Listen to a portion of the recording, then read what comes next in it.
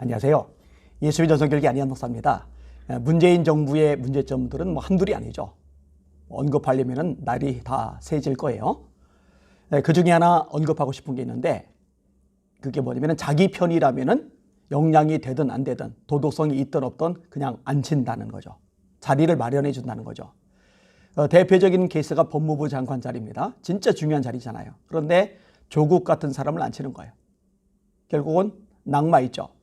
그 다음에 추미애 같은 사람을 앉히는 거예요. 얼마나 나라 전체를 정신없게 만들어 버렸습니까? 법무부를 무법부로 만든 장본인이죠. 그리고 그 임자가 누구냐? 박범계 의원. 역시 심각한 문제를 지니고 있죠. 국토교통부는 어때요? 이런 장관 자리뿐이겠습니까? 온갖 자리에 다 역량이 안 되는, 합당치 않은 이런 사람들이 진을 치고 앉아 있습니다. 김어준 같이 선동이나 도 같은 사람, 이런 사람을 교통방송 진행자로 앉히고 서울시에서 그런 교통방송에 자금을 지원해 주는 것, 이런 것도 마찬가지 맥락입니다. 이 김어준 씨가요, 예전에 한겨레신문 김환 기자하고 서로 둘이 대화를 나누면서 저를 가짜 뉴스 스피커로 몰아갔죠. 그게 이제 네이버에서 검색을 하면 기사로 떠요. 가짜 뉴스 스피커, 주요한 가짜 뉴스 스피커. 그러면은 제가 어떤 가짜 뉴스를 퍼뜨렸는지 정확하게 인용을 하고 그 팩트를 또 제시를 하고, 그래서 이런 부분에서 가짜 뉴스였다 이렇게 밝혀야 되는데 그런 게 없이 그냥 몰아가는 거예요. 늘 이런 스타일이죠. 우리 교회 젊은 성도 중에 이 김어준 씨 방송을 즐겨보는 사람이 있다는 얘기를 듣고 제가 놀랐어요. 그래서 제가 대놓고 설교 시간에 이 부분을 다뤘어요. 이 사람이 얼마나 선동을 잘하는지, 그 방송이 얼마나 심각한 문제를 지르고 있는지 대놓고 다뤘어요. 감사하게도 이제는 그 젊은 사람이 김어준 씨 방송을 안 듣는다고 하더라고요. 정말 다행이죠. 사실 김어준 씨를 방송인이다 라고 말하는 것도 저는 좀 웃음이 나와요. 이분이 성인용품 팔던 사람이죠. 딴지일보라고 온갖 잡동사니 글이 올라가는 그런 이상한 어떤 매체를 만들어서 거기에 총수하던 사람이죠. 그런 사람이 이 문재인 정부 열심히 선동해서 도와주고 나서 교통방송 자리 하나를 차지한 거예요. 그리고 운영하는 게 김어준의 뉴스 공장인 거죠. 참 가슴 아프죠. 자, 이런 김어준 씨에 대해서, 그리고 김어준 씨의 방송에 대해서 민주당 의원이었다가 이번에 서울시장에 출마하는 금태섭 씨가 직격탄을 날렸습니다. 김어준 씨의 해악이 너무 크다는 거예요. 자, 그 내용을 제가 인용을 해드릴게요. 금태섭 씨의 글입니다. TBS 라디오 뉴스공장을 폐지하거나 진행자 김어준 씨를 교체해야 한다는 주장이 있습니다. 이 문제에 대한 제 생각을 말씀드립니다. 저는 원칙적으로 정치가 언론에 영향을 미쳐서는 안 된다고 생각합니다. 서울시의 재정적 지원에 크게 의존하는 방송에서도 시장이 비판적인 진행자나 출연자가 자유롭게 발언할 수 있어야 합니다. 시의 눈치를 보고 용비 어천가를 부르면 그것이 더 큰 문제인 겁니다. 당연하죠. 언론은요, 독자적인 목소리를 낼 수가 있어야 됩니다. 정치 권력의 하수인이 되면 안 됩니다. 근데 이게 지금 엉망진창이죠. 언론이 정부의 이야기를 받아쓰게 하는 게 너무 많잖아요. 이 정치가 언론을 지배하려고 해도 안 되고요. 언론이 정치의 아부에서도 안 됩니다. 정치를 향해 공정하게 이야기할 수 있어야 돼요. 때때로 날카로운 비판의 목소리를 내면서 견제하는 일도 해야 됩니다. 그렇게 하더라도 제재를 받거나 탄압을 받으면 안 되는 거죠. 그게 언론과 정치의 관계입니다. 그렇게 될 때 건강한 정치, 건강한 언론 둘 다 가능성의 문이 열려지는 거죠. 자, 금태섭 씨의 글입니다. 하지만 김어준 씨의 경우는 다릅니다. 단순히 객관성이나 중립성의 문제가 아닙니다. 편향성이 극렬하고 다양하게 나타나면서 너무나 큰 해악을 끼치고 있습니다. 특히 우리 사회에서 힘든 처지에 있는 분들, 목소리를 내기 어려운 분들에게 큰 상처를 주기도 했습니다. 야, 민주당 의원이던 사람에게 이렇게 날카롭고 정확한 지적이 나온다니 참 반가운 마음이 들더라고요. 좌파의 중요 논객이었던 진중권 교수 역시 제대로 된 목소리를 요즘 많이 냈잖아요. 무조건 자기 진영이라고 감싸지 않고 잘못은 잘못이라고 지적을 하잖아요. 이 금태섭 씨도 같은 맥락이라고 생각이 듭니다. 김어준 씨의 방송은 정말 큰 해악을 끼쳐요. 이런 얘기를 과감하게 한다. 이런 면에서 참 용기 있다라는 생각이 들었어요. 자, 금태섭 씨의 글입니다. 무엇보다 그는 성폭력 피해자들이 두려움을 떨치고 나선 미투 운동에 대해 초기부터 음모론을 제기해 피해자에게 고통을 줬습니다. 피해자들이 미투 운동에 나선 2018년 김어준 씨는 이런 발언을 합니다. 제가 예언을 하나 할까봐 예언. 간만에 이거는 이제 공작의 방식으로 사안을 바라봐야 보이는 뉴스인데 예언합니다. 누군가들이 나타날 것이고 그 타겟은 어디냐? 결국은 문재인 정부, 청와대, 진보적인 지지층. 최근의 댓글 공작 저는 이제 흐름을 보거든요. 항상 댓글 공작의 흐름을 보면 다음에 뭘 할지가 보여요. 김어준 씨의 내용을 인용한 거예요. 그리고 자신이 진행하던 다른 민영 방송에서는 미투 폭로에 연루된 친분있는 정치인을 옹호하다가 하차하기도 했습니다. 예, 이게 좌파들의 민낯입니다. 서민을 위한다고 하지만 정책들은 뭐냐? 서민들의 올라갈 수 있는 사다리를 거둬차는 일. 공정을 말하지만 절대로 공정하지 않아요. 자기 편들만 유리한 룰. 그 명확한 룰이 있습니다. 페미니즘을 강조하죠. 그런데 그 여성들의 표를 얻기 위한 도구요 수단일 뿐이지 진짜 여성들을 위하지는 않아요. 결정적일 때 보면은요, 여성들을 짓밟습니다. 여러분, 민주당을 일부러 노린 게 아니에요. 문재인 정부를 일부러 노린 게 아니에요.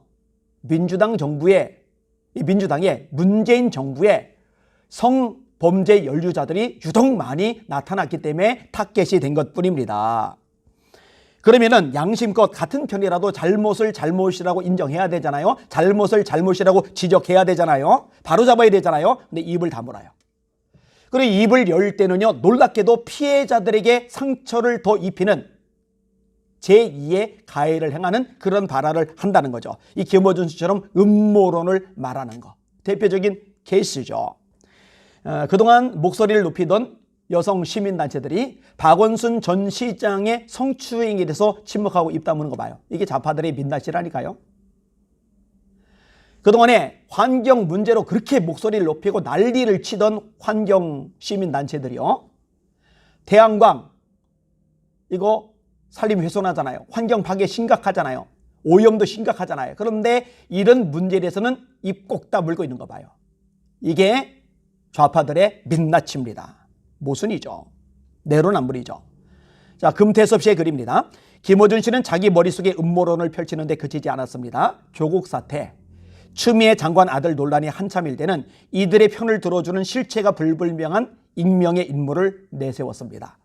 이들의 주장은 검찰 수사, 법정에서 다 사실과 다른 것으로 밝혀졌지만 김 씨는 단 한 번도 책임을 진 적이 없습니다.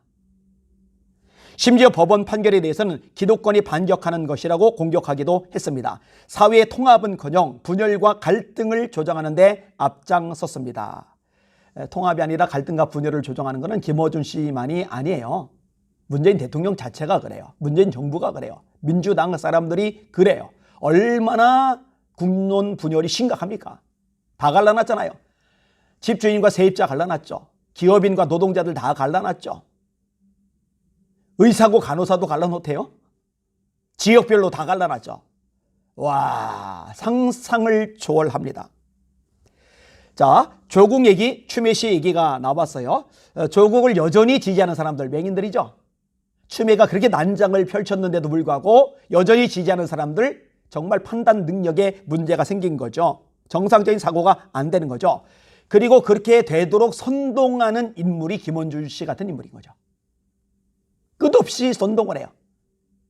그리고 여기 쇠뇌된 사람들은 사고가 고착이 돼서 정상적인 사고, 제대로 된 분별이 아예 안 되는 거죠. 이러니까 금태섭 씨가 김어준 씨 해악이 너무 크다고 말하는 겁니다.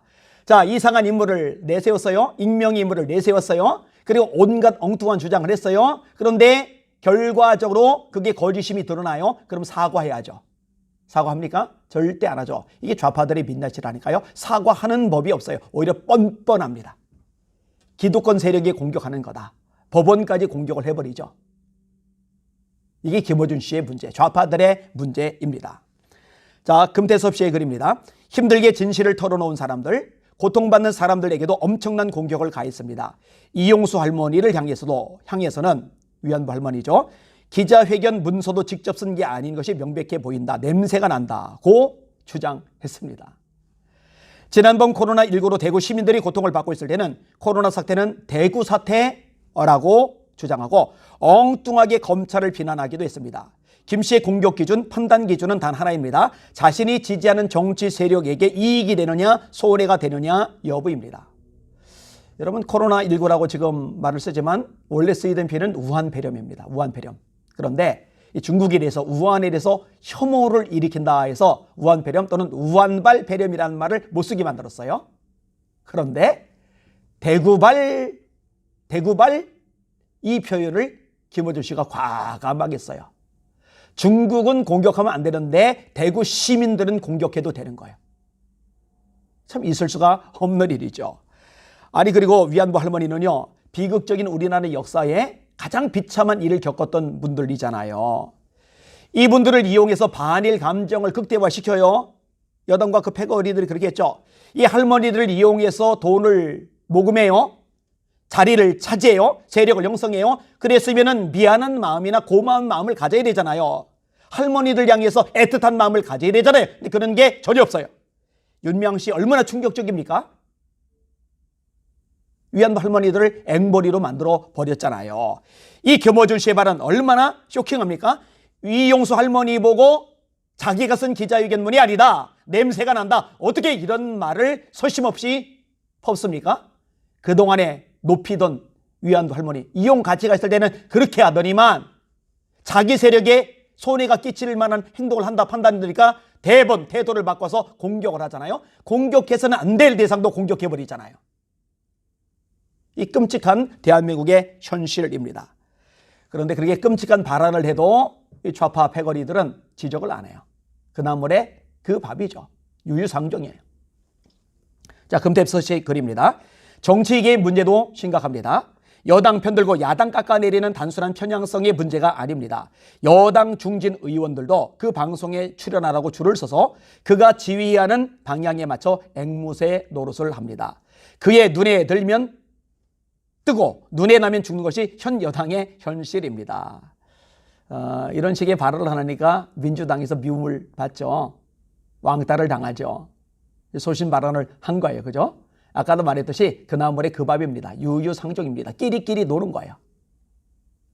김어준 씨나 여기에 편승하는 민주당 의원들이나 정치인들이나 다 똑같아요. 자, 금태섭식을. 김 씨가 개인적으로 어떤 주장을 하든 그것은 그의 자유입니다. 그가 책임을 지면 됩니다. 하지만 그는 서울시의 재정적 지원을 받는 방송국에서 전파라는 공공재를 점유하고 있습니다. 진실을 말하는 사람에게 정신적인 고통을 가했다. 그 죄책에 대해서도 무겁게 평가하지 않을 수 없다. 얼마 전 나온 법원 판결문 중에 한 구절입니다.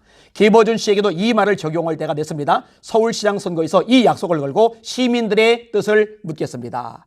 무슨 말이냐? 서울시장이 되면 이 김어준 씨 문제, 교통방송의 문제를 제대로 다루겠다는 거예요.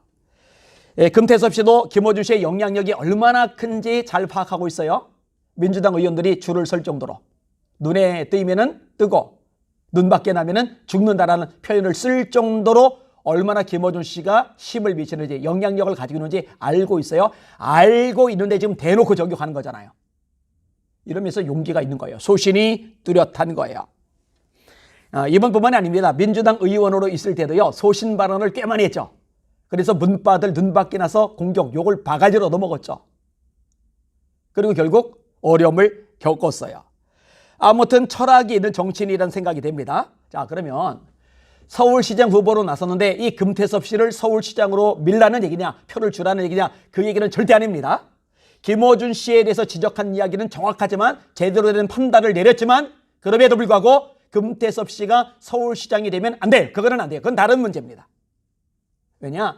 이 금태섭 씨는요, 차별금지법을 지지하는 사람이기 때문입니다. 여러분, 그토록 소신이 강한 사람이 차별금지법을 지지해요. 그리고 이렇게 차별금지법을 지지하는 사람이 서울시장이 된다. 게다가 소신 있는 사람이 그런 시장이 된다. 그러면은요, 이거는 정말 대책이 없어집니다. 전 박원순 서울시장이 키워축제 지원하고 편들어주고 힘을 실어준 것만 해도 참 힘들고 고달팠는데 금태섭 씨는 이 부분에 있어서 더하면 더했지 덜할 사람은 절대로 아닙니다. 그러니까 찍으면 안 돼요. 본질적으로 기독교인들이 지지하면서 함께 갈 수 있는 인물은 아니라는 거, 이거 분명히 말씀드립니다. 제가 지난번 방송에서 이재명 씨 절대로 대통령 되면 안 된다고 말씀드렸어요. 문재인 대통령보다 더하면 더했지 못할 사람은 아니니까. 정말 무서운 인물이니까. 그리고 이번에는 금태섭 씨가 김어준 씨 지적한 거 인정하면서도 서울시장은 안 된다, 이런 얘기를 하잖아요. 아니, 저 안희안 목사는 정치 목사가 되려는가? 왜 자꾸 저런 얘기를 하지? 그런 차원이 아닙니다. 지도자가 잘못 세워지면 나라가 얼마나 망가지는지, 서울시가 얼마나 박살나고 엉망이 되는지 이미 봤잖아요. 또다시 이런 일을 반복하게 만들 수는 없잖아요. 차단해야죠. 막아내야죠. 그런데 선거 기간 앞두고 이런 목소리를 내면 선거법에 위반이 되어서 이 벙어리가 되는 거예요. 그러니까 그렇게 되기 전에, 그리고 불의가 다른 방향으로, 엉뚱한 방향으로 흘러가기 전에 미리 알릴 거를 알려야죠. 미리 정보를 접하게 해야죠. 한국교회를 위해서도 알려야 되고 이 대한민국을 위해서도 알려야 되는 거죠. 준비를 미리미리 시켜야 되는 거죠. 이 방송을 듣는 여러분들도 널리 알려주시길 바랍니다. 눈 감고 귀 막고 사는 사람들이 제대로 된 정보를 접해야 눈을 뜨고 바로 설 거 아니겠어요.